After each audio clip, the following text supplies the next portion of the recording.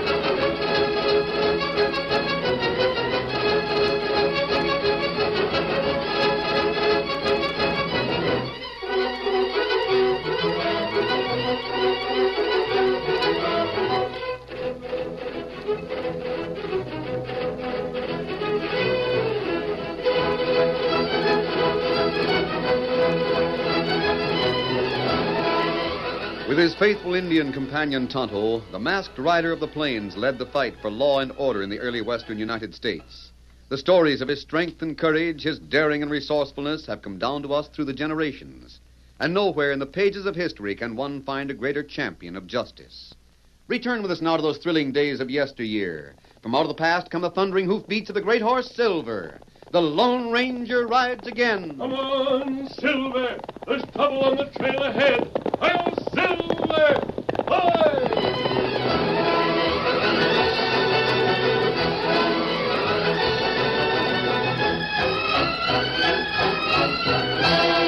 Ed Galloway was a big, paunchy man with a shock of white hair, heavily veined face, and a pair of pale, crafty, bloodshot eyes.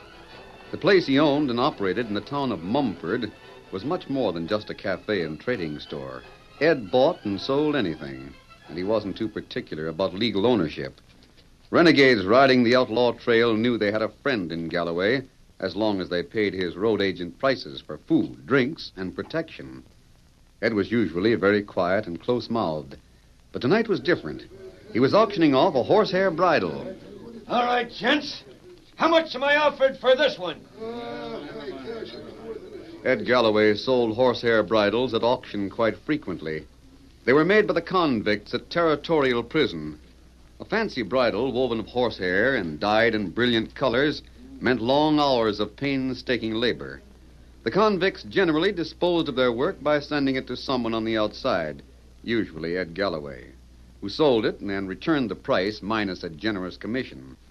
Because the bridles were far too gaudy and fancy for ordinary cowhand work, they were purchased principally as gifts for lady friends. Speak up, gents. This bridle's a special one. The cafe wasn't crowded. Only a few cowpokes seemed interested in Galloway's sales talk. A young puncher with cool gray eyes was among them, but his interest was directed toward the far corner of the room, where a grizzled old man was sleeping with his head pillowed on a table. Galloway noticed this and singled out the young puncher for a direct question. How about you, Jimmy? Want to buy a bridle? No, I don't. Say, have you been selling Grandpa drinks again? Why, Jimmy, you know I wouldn't do anything like that. You'd do it all right, even though I asked you not to. Listen, youngster, I figure old John's old enough to know his own mind. Having a family like your pa and you's enough to drive any man to drink. Why, you... Let's get on with the auction. How much am I bid for this beautiful handmade bridle? Remember, I said it was a special one. What's so special about it, Ed? Well, boys, I'll tell you. This here bridle was made by one of the town's leading citizens. Used to be leading citizens. Who?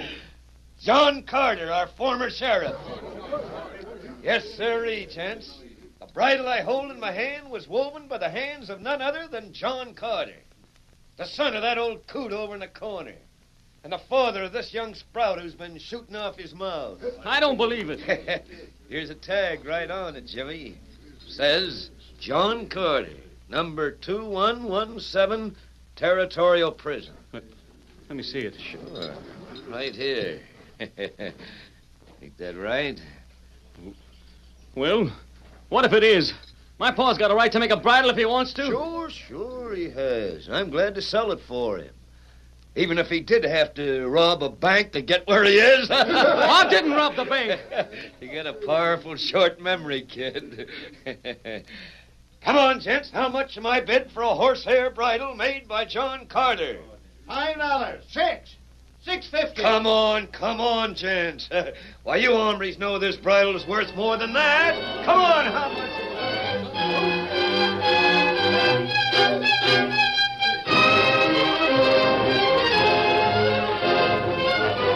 As the auction went on, two men reined their horses to a stop in front of the cafe. One of them was tall and wore a black mask. His companion was an Indian.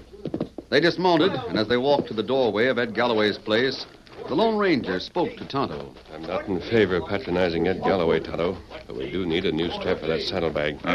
This is one place where a man wearing a mask won't be questioned. Come on.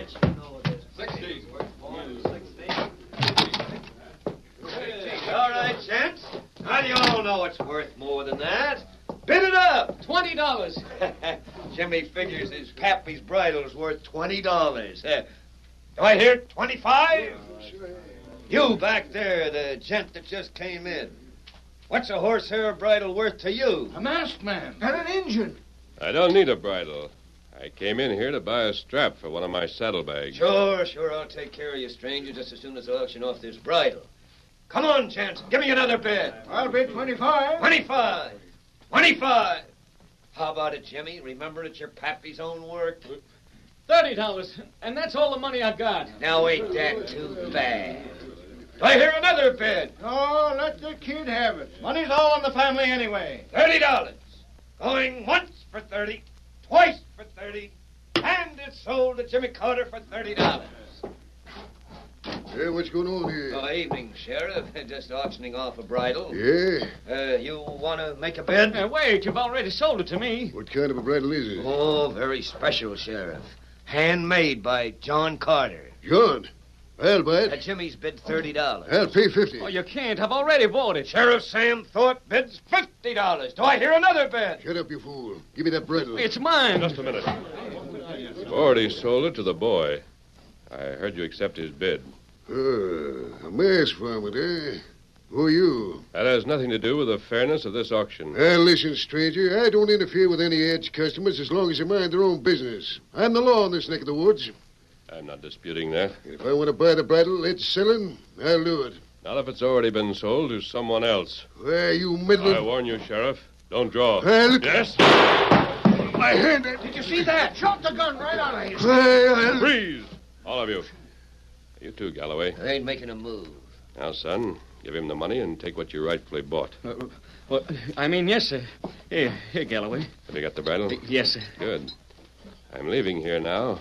It might be a good idea if you came with me. Sure. Thanks. Wait till I get old John. He'll have to come, too. Who's that? Oh, my grandpa. All right, get him.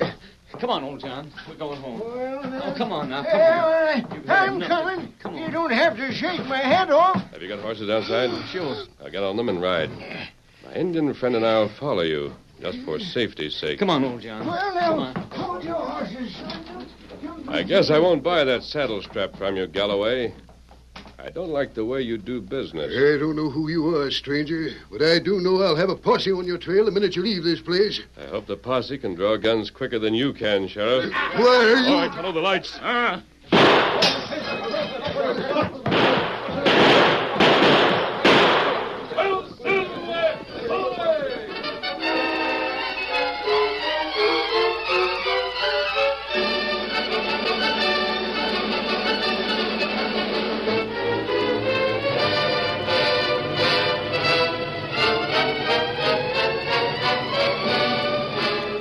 The Lone Ranger and Tonto quickly overtook Jimmy and old John, and the four men rode a shortcut to the Carter Ranch a few miles from town. They reined up their horses before the corral gate. Oh, Silver, Oh, there. I sure want to thank you for what you've done. We were glad to help. Getting this bridle meant a lot to me. You see, John, well, that's my pa, made it. He's up in territorial prison. I see. Yeah, shucks, that ain't the reason you wanted that fancy rig. All you'll do is give it to that red-headed schoolma'am. Well, what if I do? Shucks, she's got you hog-tied with a green ribbon. Who's this coming? Yeah, it's her, the schoolma'am. Oh, boy. Whoa. Jimmy. Hello, Della. I was on my way home. Oh, I I'm thought... glad you came by, Della. I got something for you. Look. Oh, a bridle made of horsehair. Oh, it's lovely. Thank you. Oh, it was... Oh, excuse me, Della. These are two friends of mine. I'm afraid I don't know your names. This is Miss Robbins. Our names aren't important. I'm glad to know you. Yes, I must be going now. Thanks again for the bridle, Jimmy. Good night. Get up, boy. Get up. I'll be over later, Della. Ain't that awful? All that granny talk about a bridle. Well, it is a good one. My pa made it. Yeah, nothing peculiar about your pa making the bridle. All the prisoners make 'em. I wanted it because I figured Pa might send some sort of a message. But he didn't. I wish I'd examine that bridle a little more closely. Shucks, I can show you one just as good. I made it myself. It's in the house. Wait a minute. Don't mind old John.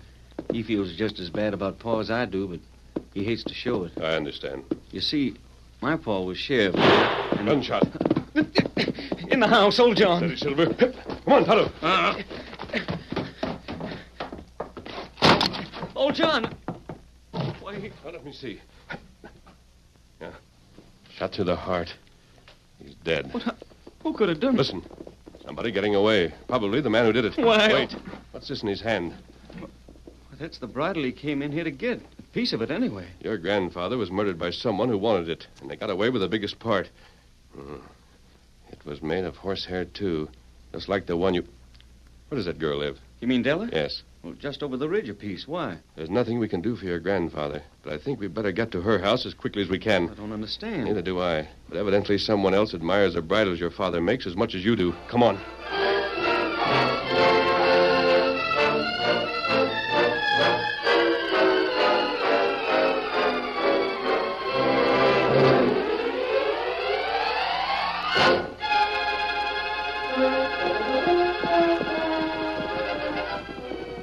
The Lone Ranger, Tonto, and Jimmy Carter rode hard until they reached the small cabin where Della Robbins lived. They dismounted quickly and hurried to the door.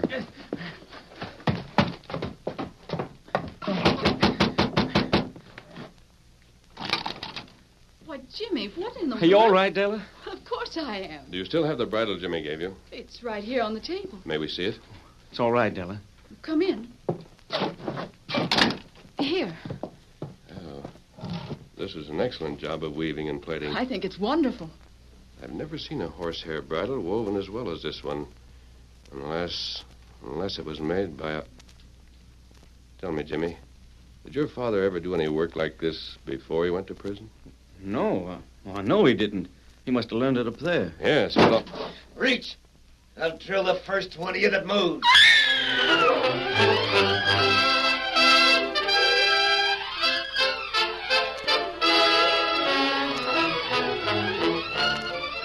The curtain falls on the first act of our Lone Ranger story. Before the next exciting scenes, please permit us to pause for just a few moments.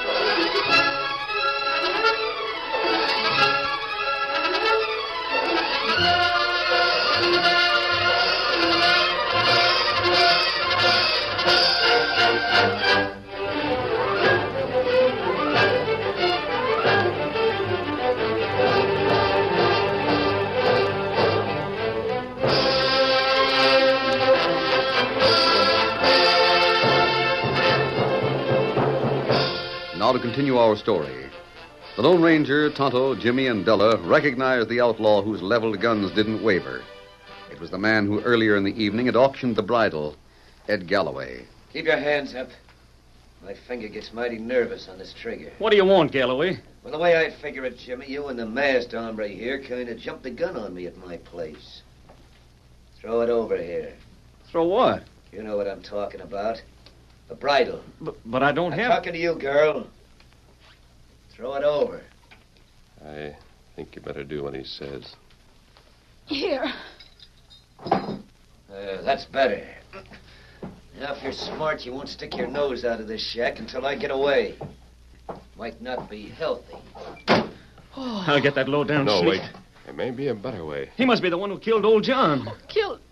Oh, when? Just a little while ago over at the ranch. I think there's someone else connected with this besides Ed Galloway. Who? That's what we've got to find out. But how? First, tell me something about your father. Why is he serving time in prison?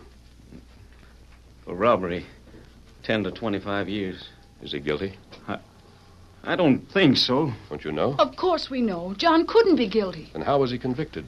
It all goes back to election night last winter, about 6 months ago. Election for what? For sheriff. Pa'd been sheriff here in Mumford for 20 years, and even though he was getting kind of old, everybody figured he did a first-rate job. Who ran against him? Sam Thorpe. He was Pa's deputy, but he had a hankering to be sheriff himself. What happened? Well, they were counting the ballots in Ed Galloway's place. Quiet, folks, quiet. Here's the final result. We just finished counting the vote. For Sam Thorpe, 323.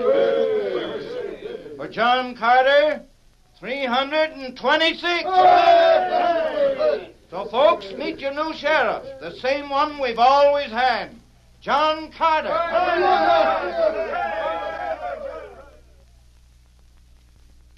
Sam Thorpe wasn't very cheerful about the election, but there wasn't anything he could do. Paul was real excited. In fact, he was almost crying when he pulled me over in the corner away from the crowd.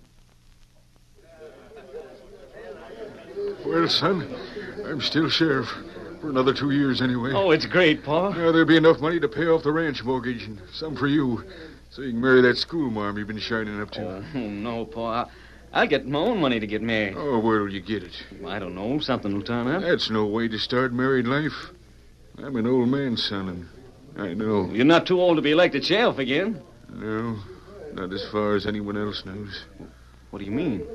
Oh, nothing. Just talking too much. Now, you go right out and see that schoolmarm and pop the question. She's a fine girl. Well, sure she is. Go but on, do what I say. Come back and tell me what she says, I'll be in my office. But when I came out here to see Della, she wasn't here. So I went back to town. It was getting late, so I left my horse at the livery stable and walked down Main Street to Pa's office. But before I got there, I saw Pa coming up the street on the other side. I don't think he saw me because right then things began to happen. What? When Pa got right in front of the Drover's bank, there was a big explosion, like somebody had blown the safe. Then the doors burst open and 3 men rushed out. They were wearing masks and they almost knocked Pa down. Hey, what's this? It's John. The sheriff. Hold her, I'll fire. Get into them guns before he starts blasting. He's got you by the coat, kid. Get rid of it and let's get away. Oh, Pa! You? Were you with that crowd? No, I was across the street. Got scared, huh? When I started shooting. No, Pa, it wasn't Pretty that. dark. But I got hold of somebody's coat in that crowd. Is it yours, Jimmy? Oh, no. I thought you were out sparking your girl. Well, she wasn't home, and so All right, son. Don't lie anymore. I'm not lying, Pa. Honest, Here, take this coat and hightail it out of here. Hang it in my room and you stay at the ranch till I get home, understand? Sure, Pa. But... Hurry. I'll take care of this. And don't leave the ranch till I get home. But Pa never came home. Why? Because everybody figured he was in on that bank robbery. They saw him hand me something, but they didn't know who I was. Wasn't there a trial? I'm sure, but everything that Pa told the jury made it worse for him. How was that? Well, they asked him if he could identify any of the outlaws, and he said no. They asked him how come he let one of them get away, and he wouldn't answer. They convicted him, Were you at the trial? and he sent word that I was to stay away, and old John wouldn't let me leave the ranch. Was any of the stolen money ever recovered? Not a cent. $50,000, all in those new Eastern banknotes. Oh. I think I understand part of it. What? Ed Galloway is tied in with the outlaws in some way. He made a mistake in auctioning off that bridle your father sent. What do you mean? Whoever the crooks are, they suddenly realized that maybe John knew where the money had gone, and that he might be sending you a message in the bridle. I figured that, too, but there wasn't any message. I'm not so sure of that. Let me ask one more question, Jimmy. Sure. Did your father ever wear glasses? Glasses? Oh, gosh, no. Why? Otto. Otto, you know where the territorial prison is. I want you to ride there as fast as you can. Take a message I'm going to write. Do you have a pencil and paper, Miss Robin? Yes, right here on the table. Oh, thanks. Here, Tonto. Take this to the warden of the prison and wait for an answer. There. Now, here you are. Time to go. What was that for? It may not help, but it's worth a trial. The important thing now is for you to get that coat. Coat? The one John told you to take home and hang in his room. Still there, isn't it? Oh, I guess so. Ride out to the ranch and get it. Meet me at Ed Galloway's place. Galloway's? Won't that be kind of dangerous? The men who robbed the bank are making the rules in this game, Jimmy. All we can do is deal ourselves a hand.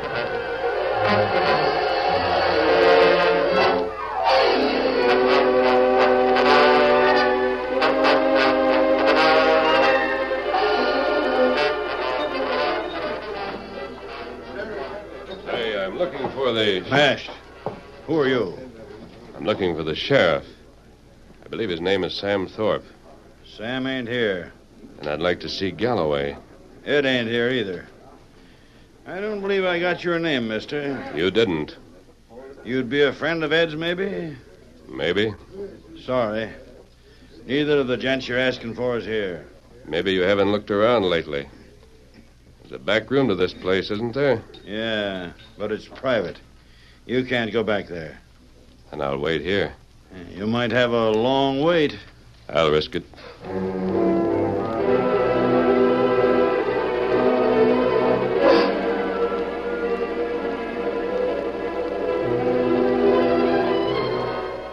You've really quit it, Galloway. How do you figure, Sam?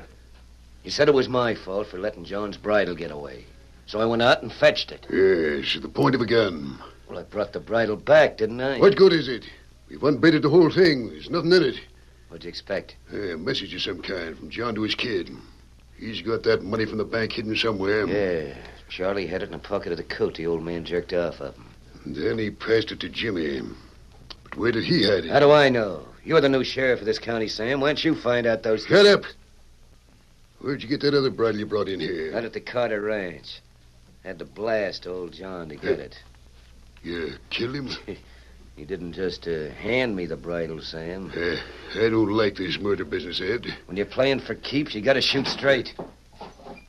Charlie, I thought I told you to stay out front and tend bar. I am. But there's an hombre out there who... It wasn't such a long wait, Charlie. The masked man. Where are you? Keep your hands on the table.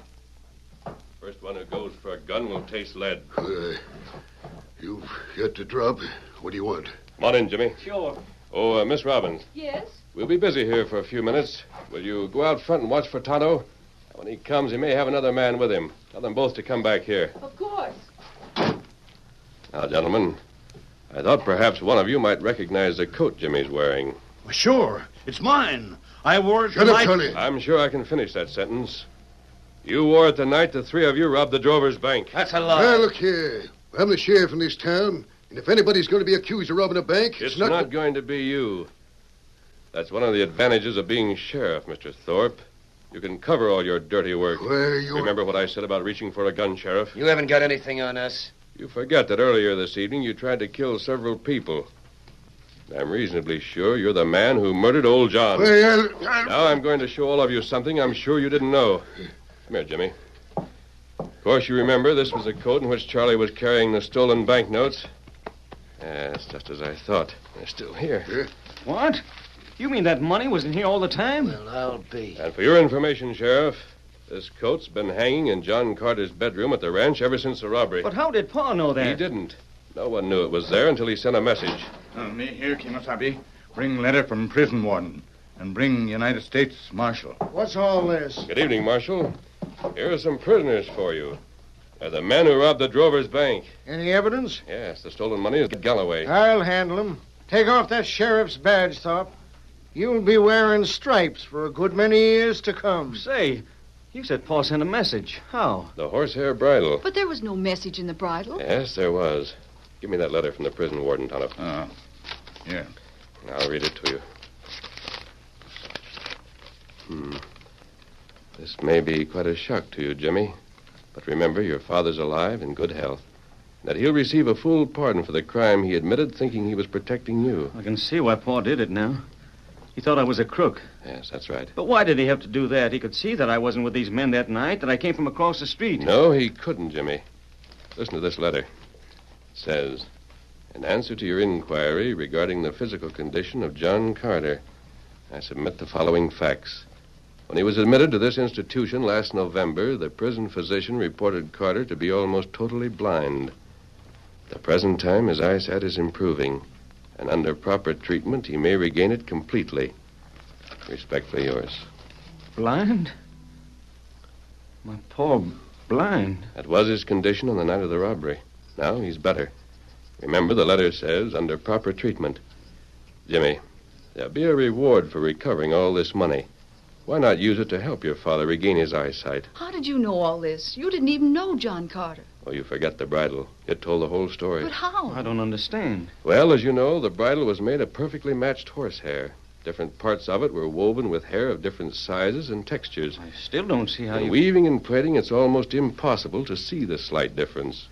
Only a person with a highly developed sense of touch can do it. Then you knew... And only a blind man would have the sense of touch to weave a bridle like that. Well, I'll be... Are the horses ready, Tonto? And we'll be going. Adios. All right, you hombres, stand up. I got a pair of cuffs for each of you. Oh, gee.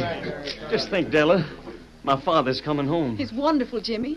But there's something we've forgotten. What? The man with the mask. He helped us, and we don't even know his name. Say, that's right. Who is he? Do you know, Marshal? Why, sure. I thought everyone knew him. He's the Lone Ranger. Oh, Silver!